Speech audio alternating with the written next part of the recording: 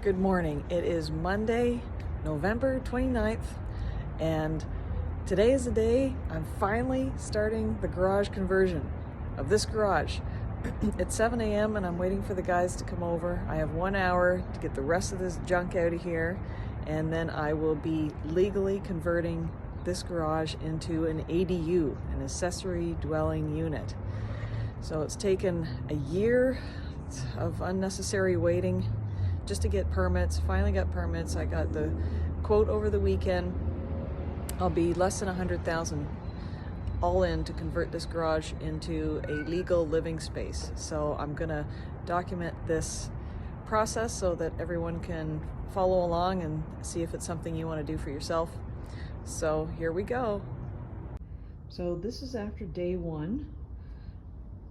The guys are actually moving pretty fast on this. So they've got some of the framing in place already. We had to replace some of these 2x4s, and we can actually keep 2x4s. I know some of the cities want 2x6s for the framing now, but these are 2x4s, and this big mound of dirt here is where we dug a trench to put the sewer line. So this is what is all along the front of the garage. So this is day one.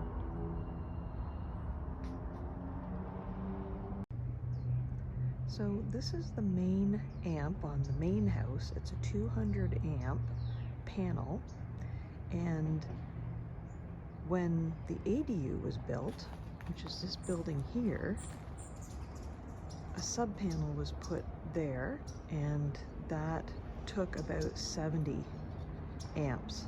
So we have a balance of 130. So we're going to pull a little bit from that for the junior ADU. And so you wouldn't even know it, but they ran the line from the main panel, the house, all the way across the top here and tucked it up in there. And that's how they took it across to the attached garage. While I had the electrician here, I had him install an electric car charger. Seems to be the way things are going in California, so might as well think ahead and install this now. So they brought the cabling from the main panel across this way. You wouldn't even know it's there. They tucked it up under those boards, and this is where the sub panel is going to go inside the garage. There was really no better place to put it on the outside, so it's not going to be that bad to have it tucked inside the garage here. So that's where it will go there. So I'm in the garage here now, and as you can see, they're starting to do some of the plumbing. They've had to dig up some of this foundation to get the sewer and the water lines in. So they're starting to do that. That's the bathroom going in the back corner there, and starting to do some of the framing as well. So it's starting to look like something's happening in here. Okay, so we've finished the week off. We've got all the framing and the foundation done. That's what we've been working on this week. What we had to do was dig the entire exterior of the garage and redo the footings. In addition to that, we had to redo all the framing, including the main supporting beam. Now this seems a bit ridiculous because really a garage is supposed to be a garage conversion of the existing, and this is, in my opinion, a bit extensive to have to go through all this detail. Now, could I have argued this with the engineer, or maybe taken it up with somebody in the city? Unfortunately, due to COVID, you couldn't even go into the city, and it's hard to reach people sometimes. In the end, I just went ahead and did what they were requiring to move forward with the project. So I did it. So you can see step by step what we had to do: digging out footings, doing the rebar, doing the framing, pouring the cement. Even the cement floor inside the garage is probably 4 to 5 inches thicker. So that's what we've been working on this week. Okay, so with a garage, obviously you don't have a lot of doors and windows to think about, but the couple that you do, you have to make sure one of the windows meets egress.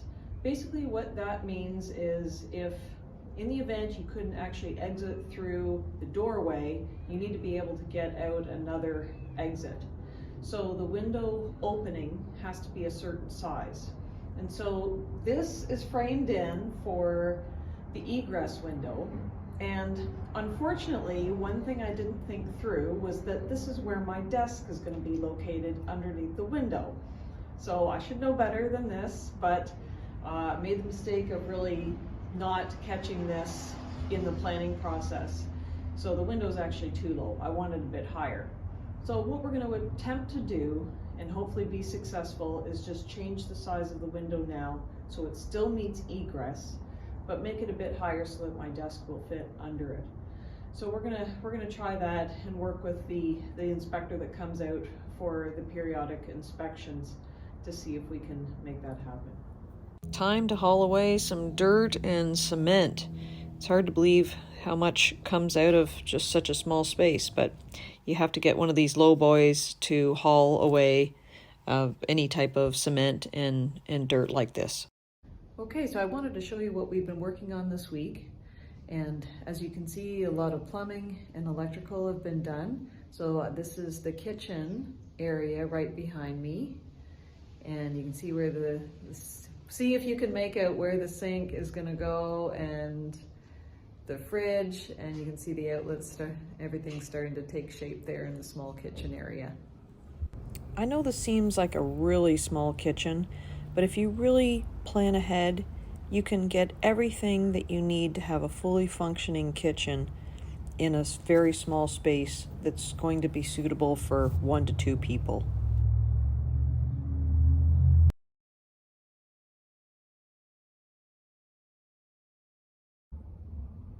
So one of the things I'm trying to do is think ahead as to where I'm going to place furniture.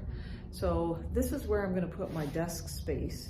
And if you can try and anticipate where furniture is going to go and where it's appropriate to have outlets, then it will all be working and the outlets will be where you actually want them to be. So as you can see, I've got extra outlets there for the things I want to be able to plug in for my desk area. So that's where my desk will go, between the door and the egress window. Couple things to note: get a porta potty.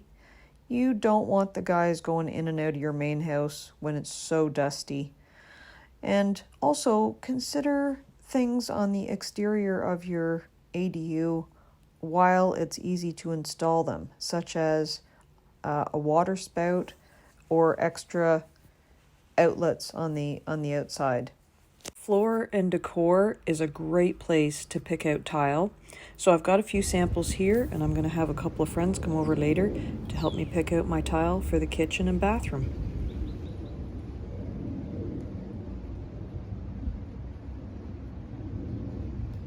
Insulation is in.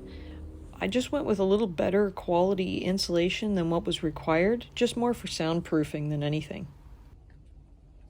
I also like taking pictures of the walls before the drywall goes on, and that way you know what's behind the wall. And if you want to hang a picture later, you're not hanging it into a water pipe. So I don't know much about epoxy floors, but that's the type of floor that I will choose for this ADU. And so today they put down just the first coat, which is, I guess, just more of a sealer. So this is the first coat, just a sealer, and tomorrow they'll put down the actual epoxy floor. It's a 2-day job. So what I wanted was sexy swirls, and this is what I got. Chunky, chopped up trowel marks. So not sure this is the look I was going for. So it's the next morning. I just came out here bright and early to see what's happening with the floors, because the guys came back yesterday afternoon and claimed they did a bit of extra work here. Now they do look a little bit better, but there's still a lot of scratch marks and it just doesn't look quite right.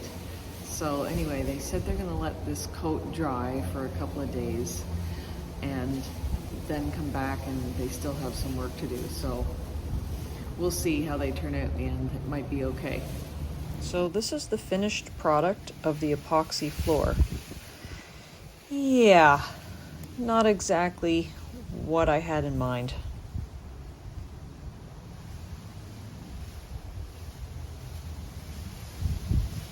I can't figure out what these are, but we have these weird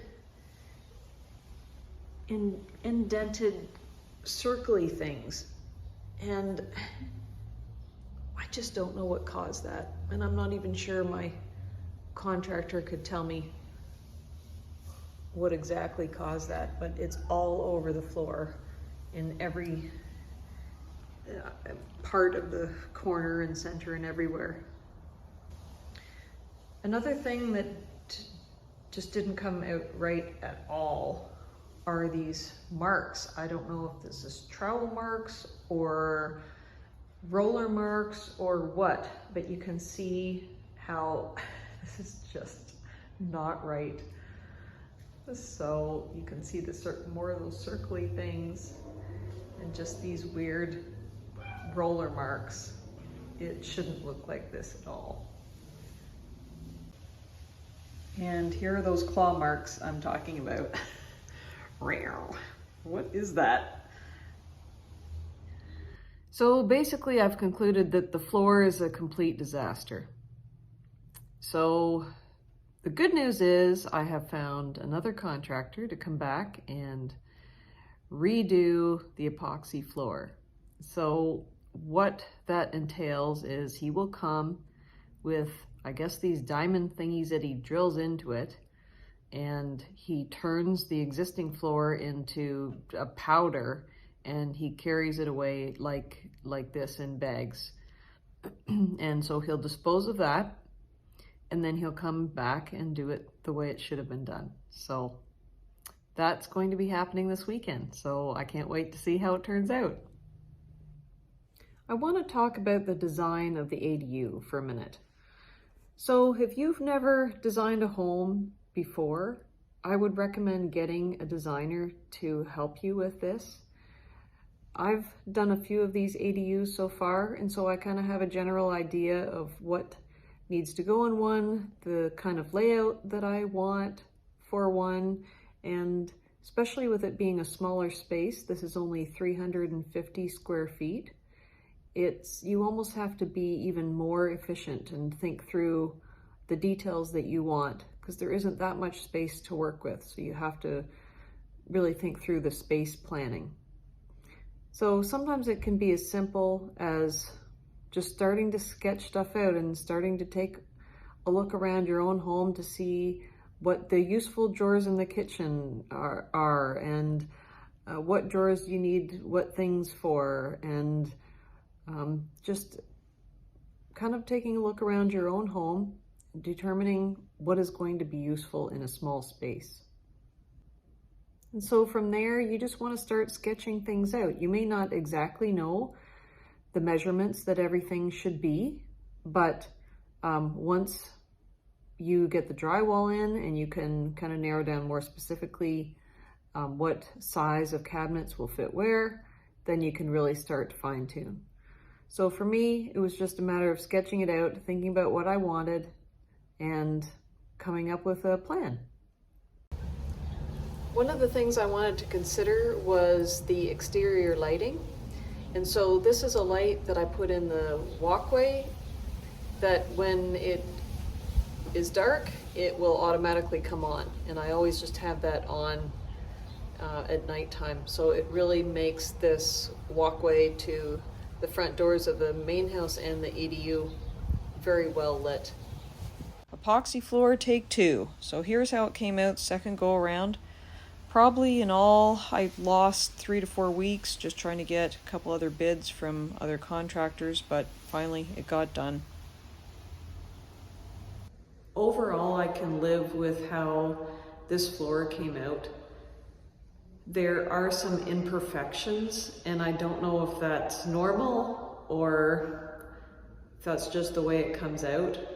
I did see this contractor's work at another project in a nearby city, and it was good, but it was just a different type of epoxy that he did. So overall, I can live with this, but as you can see, there's just a few imperfections and just different marks, and I don't know if that's the way it's really supposed to look or not.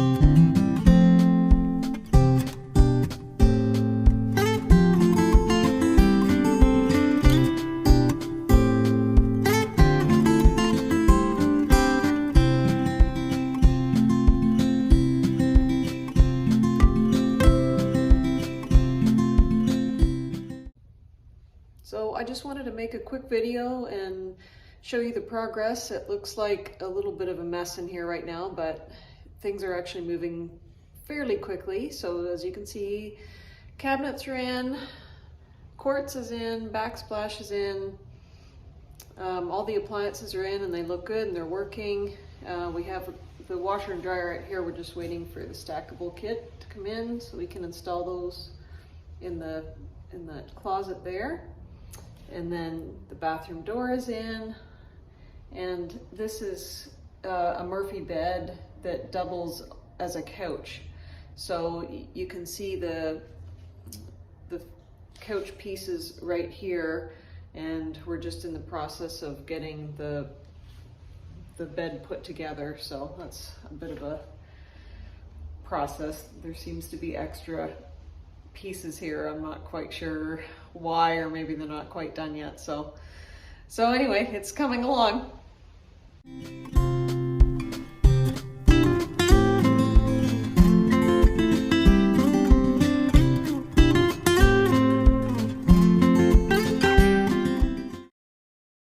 So all in all, it took about 5 months to complete.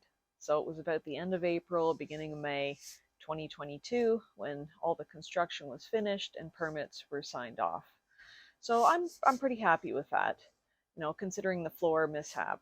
So the city also issued a separate address for this unit. So the main house, the ADU, and the junior ADU each have their own address. And cost-wise, the construction, I said everything all in would be $100,000 or less. I ended up somewhere between $110,000 and $115,000, and that included plans, permits, and all the construction.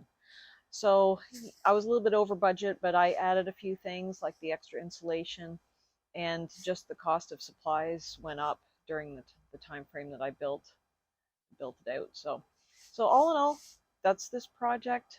For now, I'm going to use this as a workspace for myself, but you could also rent it out or put a family member in these ADUs. They're just great units, and I look forward to building a couple more and sharing my experience with you.